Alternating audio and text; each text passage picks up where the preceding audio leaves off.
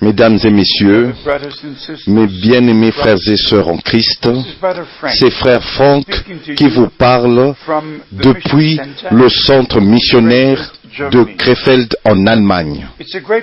C'est un grand privilège pour moi de vous parler d'une manière aussi directe.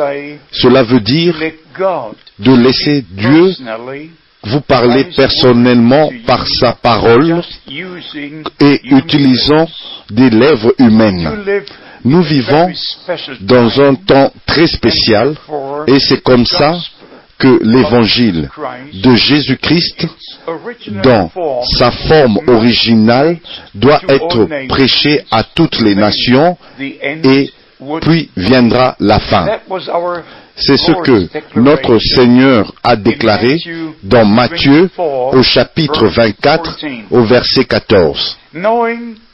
Sachant le temps dans lequel nous vivons et aussi la parole promise pour ce jour que nous appelons le message de l'heure, la parole qui a été promise et aussi accomplie dans l'Église du Dieu vivant. Nous avons choisi le titre ministère apostolique et prophétique de la Bible. Nous prenons l'Ancien et le Nouveau Testament, nous prenons ce que Dieu a promis et nous montrons ce que lui, il a accompli. Dieu veille toujours sur sa parole pour faire, quand le temps arrive, ce que lui, il a promis. Lors de la première venue de notre Seigneur, il y a eu plusieurs promesses et des prophéties et des prédictions de l'Ancien Testament qui furent accomplies.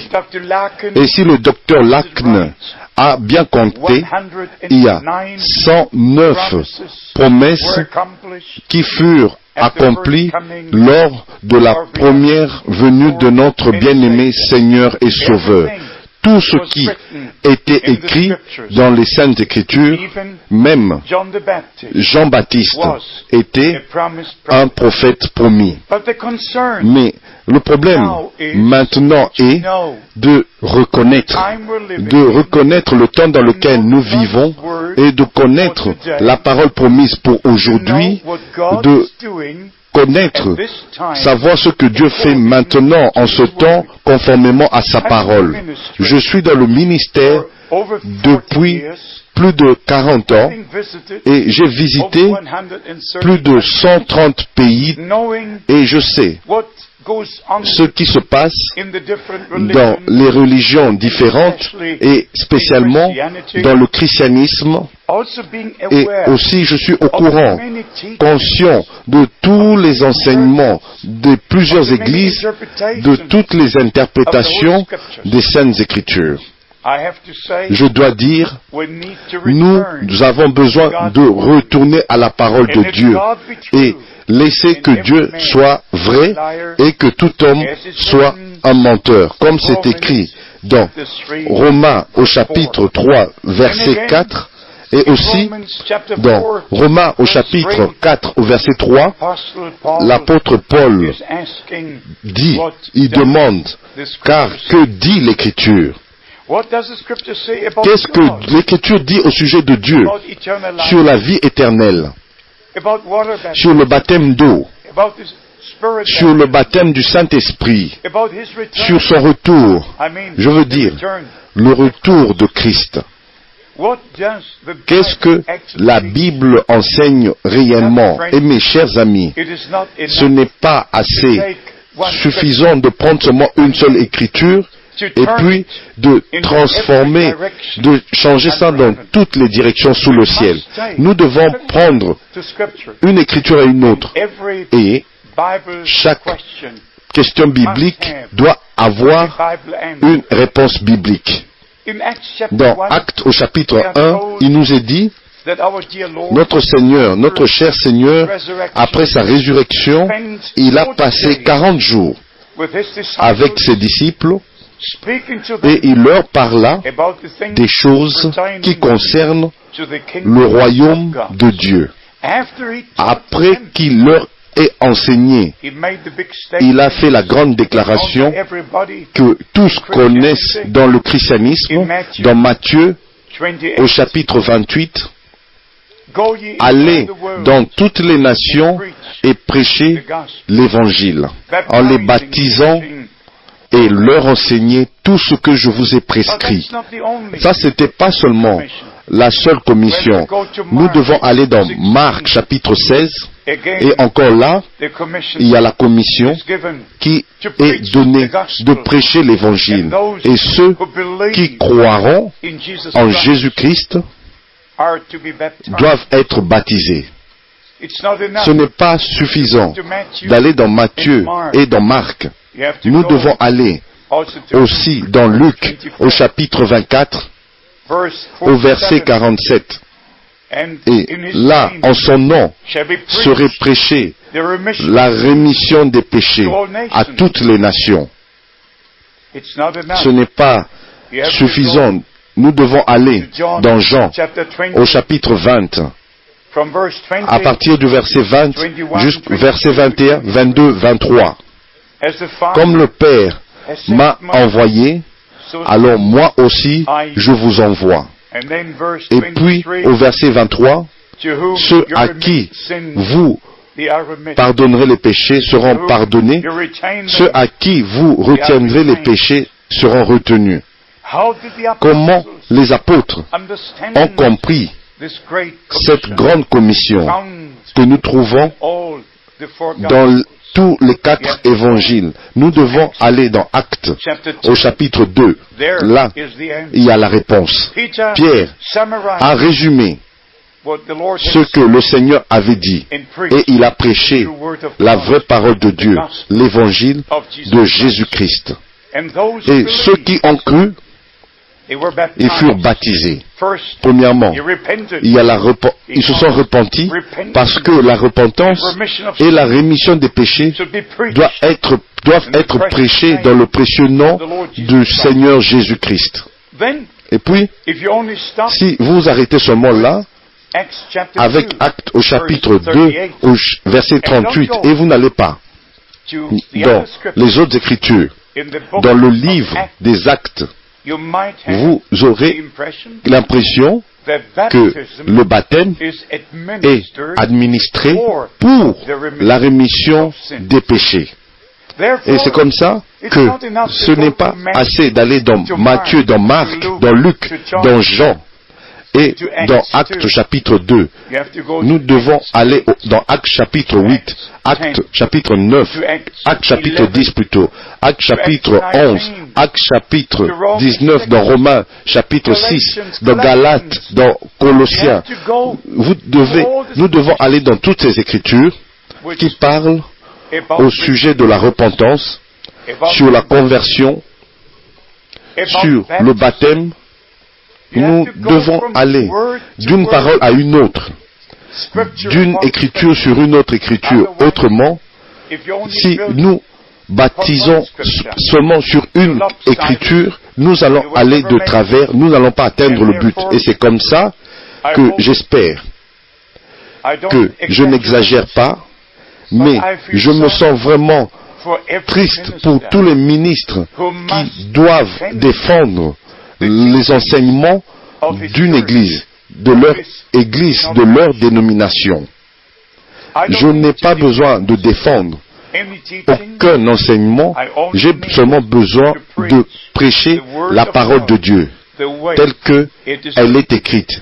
Alors si nous allons dans d'autres écritures plus loin, nous devons comprendre, même notre Seigneur a dit, j'ai écrit quelque chose sur notre Seigneur quand il a parlé au sujet des disciples, qu'ils ne finiront pas d'avoir parcouru les villes d'Israël jusqu'à ce que le Fils de l'homme sera venu.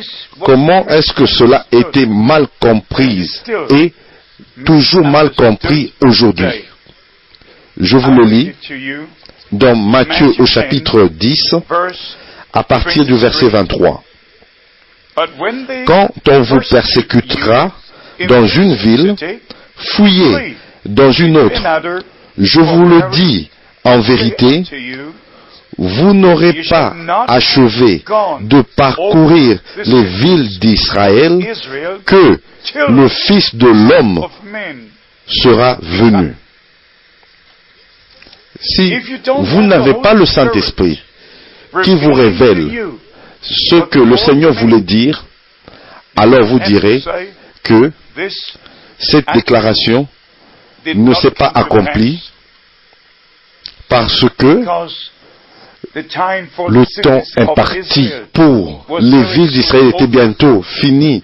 Dans l'année 70 après Christ, le temple fut détruit, alors la ville aussi fut détruite et le peuple fut éparpillé. Alors nous devons comprendre, pas seulement d'un seul verset, pas d'un seul chapitre, nous devons aller dans un autre chapitre, dans le chapitre suivant, dans Matthieu au chapitre 16, au verset 28, dans Matthieu chapitre 16 au verset 28, là il nous est dit, je vous le dis en vérité, quelques-uns de ceux qui sont ici ne mourront point, qui n'aient vu le Fils de l'homme venir dans son règne.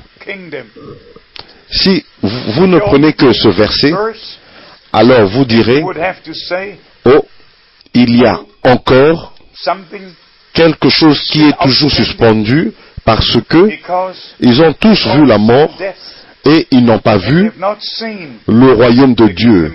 Si vous le prenez comme ça, par la connaissance de la tête, sans la révélation divine, et alors vous continuez dans toutes les écritures suivantes où notre Seigneur a aussi parlé à ce sujet dans Marc, au chapitre 9, au verset 1, et il leur a dit, je vous dis en vérité, qu'il y en a quelques-uns qui sont ici, qui ne verront pas la mort jusqu'à ce qu'ils aient vu le royaume de Dieu venir avec force et puissance.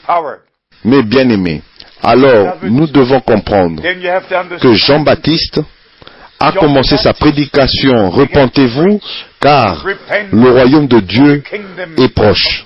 Nous devons comprendre que Jésus-Christ, notre Seigneur, il a commencé à prêcher, repentez-vous, car le royaume de Dieu est proche.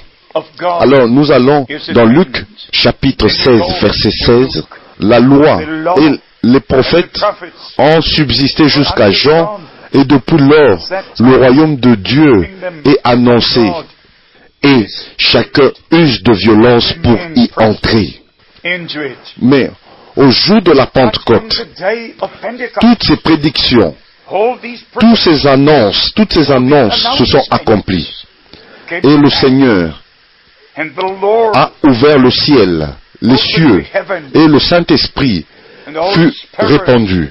Et il a accompli sa promesse. Je ne vous laisserai pas orphelins, mais je reviendrai vers vous et je serai avec vous. Et si vous lisez dans Apocalypse au chapitre 1, là Jean a vu le Seigneur, le Fils de l'homme, marchant au milieu des 7 chandeliers d'or. Alors, toutes les promesses qu'il a données sont devenues une réalité devant nos yeux et furent accomplies. Et plusieurs de ceux qui ont vu le ministère de Jésus-Christ, ils ont vu le jour de la Pentecôte. Ils ont vu le royaume de Dieu qui venait et qui a établi l'Église du Nouveau Testament.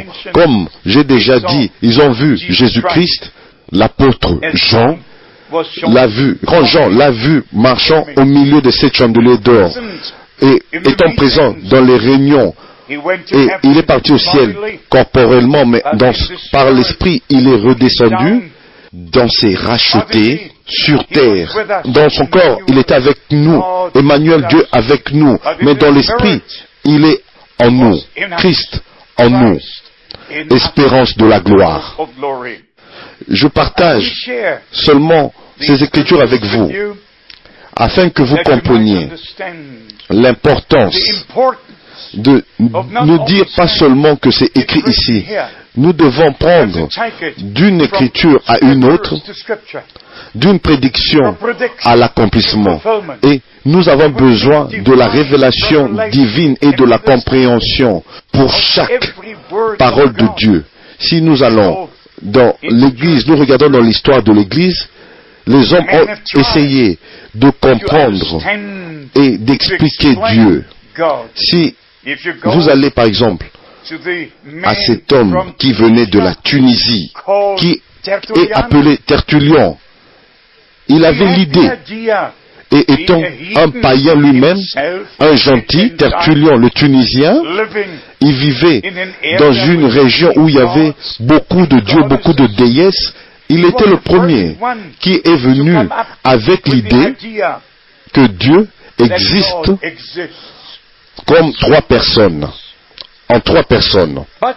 Mais si pour un moment, je prenais pour vous le démontrer que l'idée de trois personnes est en fait, en réalité, ça veut dire ceci, que il y a trois, le Père éternel, le Fils éternel, le Saint-Esprit éternel. Croiriez-vous cela? Moi, je ne crois pas. Et c'est comme ça que vite et très vite, je éloigne ces choses de moi parce que je ne crois pas ce que un homme de la Tunisie a dit, mais je crois ce que Dieu a dit au travers des prophètes dans l'Ancien Testament, ce que le Seigneur lui-même a dit, particulièrement, spécialement dans Marc, au chapitre 12, où il fait allusion à l'Ancien Testament disant « Je suis le Seigneur ton Dieu, et tu n'auras pas d'autre Dieu à côté de moi. » Nous devons retourner à la parole de Dieu, et encore, il y avait un homme qui vivait en Lubia, en Lubie, il s'appelait Zabélios, et il est venu avec l'idée qu'il y a un seul Dieu, mais le seul Dieu, ce Dieu-là met plusieurs masques. Une fois, il fait comme ceci, et une autre fois, il joue comme ça. Dieu n'a pas besoin de mettre un masque. Et l'enseignement de Jésus seul n'est pas trouvé dans les Écritures, dans les Saintes Écritures. Eux aussi, l'enseignement de la Trinité n'est pas trouvé dans la sainte parole de Dieu. Mais nous voyons Dieu comme créateur, comme conservateur, nous le voyons comme roi, comme juge, comme sauveur, et nous voyons aussi que Dieu, qui a tous ses attributs depuis l'éternité, il les a manifestés. Il a manifesté ses attributs en Jésus-Christ notre Seigneur, qui était l'image directe et l'expression du Dieu invisible dans une forme visible d'apparence ici sur la terre, en venant dans la chair pour nous racheter. Dans l'Ancien Testament, notre bien-aimé Seigneur était le Logos, qui était au commencement, pas dans l'éternité, mais au commencement. Il est sorti de la plénitude, il est sorti de la plénitude de Dieu dans une forme visible d'apparence. Il a marché dans le jardin d'Éden. Il a créé Adam à sa propre image. Et mes bien-aimés, je ne sais pas si vous pouvez croire cela, Mais moi, j'ai eu le grand privilège d'entendre la voix du Seigneur, la voix puissante et de commandement et pénétrante du Seigneur, le 2 avril 1962, quand il m'a appelé dans le ministère, au ministère, quand il m'a accordé la commission d'aller d'une ville à une autre pour prêcher sa parole. Mes bien-aimés, si vous regardez dans les Écritures, les vrais hommes de Dieu n'ont pas étudié Dieu. Dieu se révèle lui-même. C'est lui-même révélé à eux. Il leur a donné la commission. Ils le connaissaient personnellement. Et ils étaient inspirés par le Saint-Esprit. Vous pouvez aller dans l'Ancien et dans le Nouveau Testament, tous les mystères du royaume de Dieu, de la parole de Dieu, qui sont cachés dans les Écritures, furent connus et révélés. Si vous lisez Amos chapitre 3 au verset 7, le Seigneur, Amos chapitre 3 verset 7, le Seigneur ne fait rien sans qu'il ait révélé ses secrets premièrement à ses serviteurs les prophètes. Et puis, dans Romains au chapitre 1, il nous est parlé de l'évangile de Dieu qui fut promis par les saints prophètes dans les saintes écritures, et dans 1 Corinthiens au chapitre 15 au verset 3 et 4 nous lisons 1 Corinthiens chapitre 15 au verset 3 et 4: je vous ai enseigné avant tout, comme je l'avais aussi reçu, que Christ est mort pour nos péchés selon les Écritures.